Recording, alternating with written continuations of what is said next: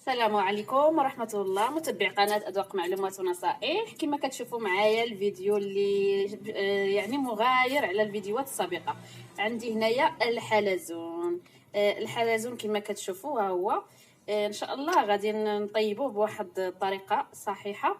والحلزون احنا في المغرب يعني نتناولوه بواحد الشكل يعني كبير، خاصة في فصل البرد، لانه هو مفيد كما كتعرفوا. اولا الحلزون هو من الرخويات اللافقاريه، وهو غني بالبروتينات وغني بالاملاح المعدنيه بواحد الشكل كبير، كما انه كيحتوي على 1 غرام ديال الدهنيات. يعني حسب المذهب المالكي هو حلال، مثل الجراد، يعني نتناولوه غير بالطريقه الصحيحه اللي غادي تشوفوها ان شاء الله معايا. دابا غادي نغسلو تقريبا، حنا كنغسلوه 7 مرات، يعني 7 المرات كنقلوحو فيه الملح وكنبقاو نغسلوه. وهو الا شفتوه درتوه في الماء وشفتوه بحال هكا خرج، يعني راه حي، لان كاين بعض انواع الحلزون اللي كتكون ميته، اما الا حطيته في الماء وخرج بهذا الشكل يعني راه حي. هو الان كما كتشوفوه، شوفوا تبارك الله شحال كبير، لانه كيتربى دابا، ولا كيتربى وكيتباع، يعني ماشي داك اللي كيجمعوه من، يعني كيجمعوه كيكون فوق اشجار، فوق النباتات، فوق هذا ولا دابا كيتربى وكيتباع. وهو راه كيف ما قلت لكم غني بالبروتينات، مفيد بواحد الشكل احسن من اللحوم ديال لا الدجاج لا البقر لا، يعني مفيد للصحه بواحد الشكل كبير. وان شاء الله كما قلت لكم دابا غادي نبقى نلوح في الماء، ندير فيه شويه الملحه ونغسلو 7 مرات وغادي نمشي معكم نكملوا الطريقه. ما غسلت الحلزون يعني 7 المرات. الان كما كتشوفوا الطريقه الصحيحه ان ما خصناش نوضعوه في الماء بارد ونطيبوه، يعني خاصنا نسخنوا الماء يسخن مزيان ثم كنوضعوه فيه. بالنسبه للعشوب اللي كنستعملوهم مع الحلزون، حتى اللي ما عرفهم تمشي غير عند العطار غيعطيهم لي كثار من هاد العشوب اللي كتشوفوا الان امامي. انا كنستعمل اللي موجود عندي في الدار. اول حاجه كنستعملوا قشور البرتقال اولا الزنبور، وكان قشور الحامض، وكاين اللي كيعمل حتى النعناع. وعندي هنايا ورق الرند او ورق الغار، ورق سيدنا موسى. وعندي واحد العود ديال، كتكون الكميه حسب الكميه ديال، انا عندي كميه قليله يعني ما غنديرش بزاف، حسب الكميه ديال الحلزون او البوش اللي عندنا. عندنا واحد العود ديال القرفه، واحد العود ديال سكين ديال عرق السوس، ديال عود ديال الخرقوم عواد، سكين الجبر حتى هو عواد. عندي هنا واحد 2 فصوص ديال الثوم. وبالنسبه لهاد المكونات الاخرى هذه غنديرها في كموسه. عندي هنايا حبه حلاوه ولا نستعملوا النافع، شويه اليازير، البزار حبوب، عندي الزعتر، يمكن حتى الزعتر نضيفوه حتى هي لكينه، عندي الكرويه ايضا يمكن نضيفوا حتى خدنجان. عندي هنايا قعقله، واحد عويدات ديال القرنفل، يعني لا عندنا ايضا المزاود ديال الحار يمكن نضيفوهم، ولكن نحتاجوا لعندنا الابناء ديالنا يتناولوا معنا. المهم راه كاين بزاف ديال العشوب. انا هذه اللي عندي اللي غادي نعملها كما قلت لكم. هاد اللي هي كان ما غتخليناش نشربوا البلول في خاطرنا، يعني غنديروها في قموصه. وهادو اللي يطيبوا نحيدوهم مثلا، غادي نخليوهم صاينين ونديروهم مع، وما نساوش الملحه بطبيعه الحال.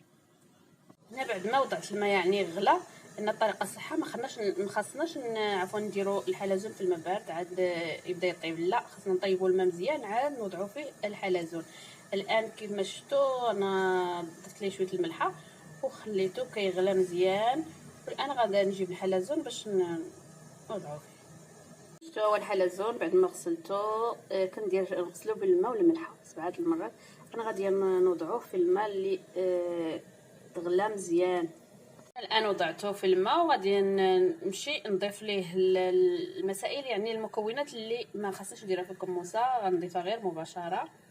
في هاد الدروسه ديال الثوم، ورق الرند او ورق سيدنا موسى، قشور ديال البرتقال والليمون الحامض. هذا الليمون الحامض راه بلدي كما كتشوفوا. هنا عندي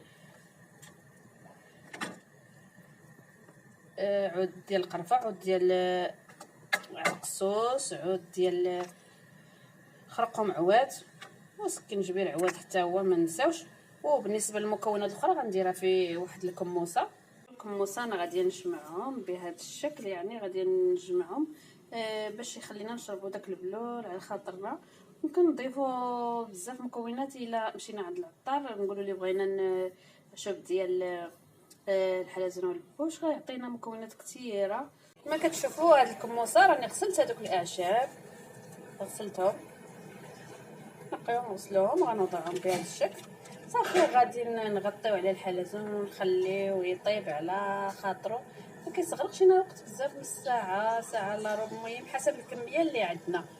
احسن حاجه كما شفتوا انايا خديته من ديك القميله والطنجره وضعته في البرمه مع الكسكاس ديالها. علاش؟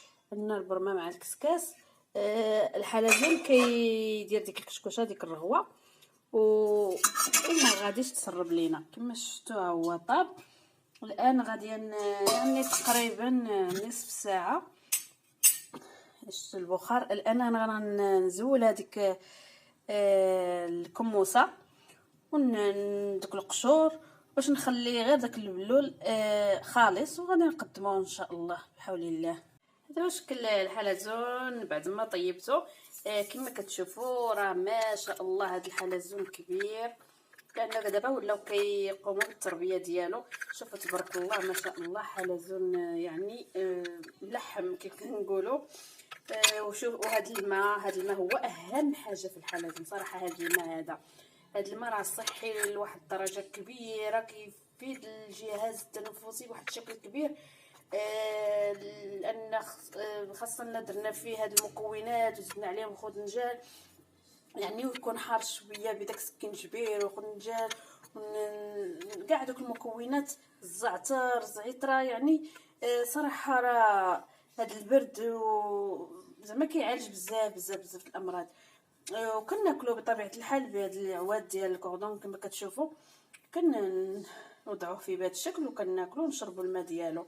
نتمنى ان هاد الطريقه تنال اعجابكم. وواحد الاشاره ان الببوش كاين اللي كيوضعوه في النيت، حنا شحال مره كنا تنديروه في النخاله ولا الدقيق لانه كيخرج كاع داك الحجار وداك الشيء فيه. واهم حاجه الطريقه ان كنغسلوه مزيان وكنديروه في الماء سخون، يعني ما كنطيبوش بالماء بارد. ان يعني احسن حاجه باش الطريقه صحيحه هي كيف ما شفتوا معايا كنغليو الماء، واحسن حاجه نديروه في البرمه مع الكسكاس لان كيتلقى ديك الكشكوشه ديك الرغوه.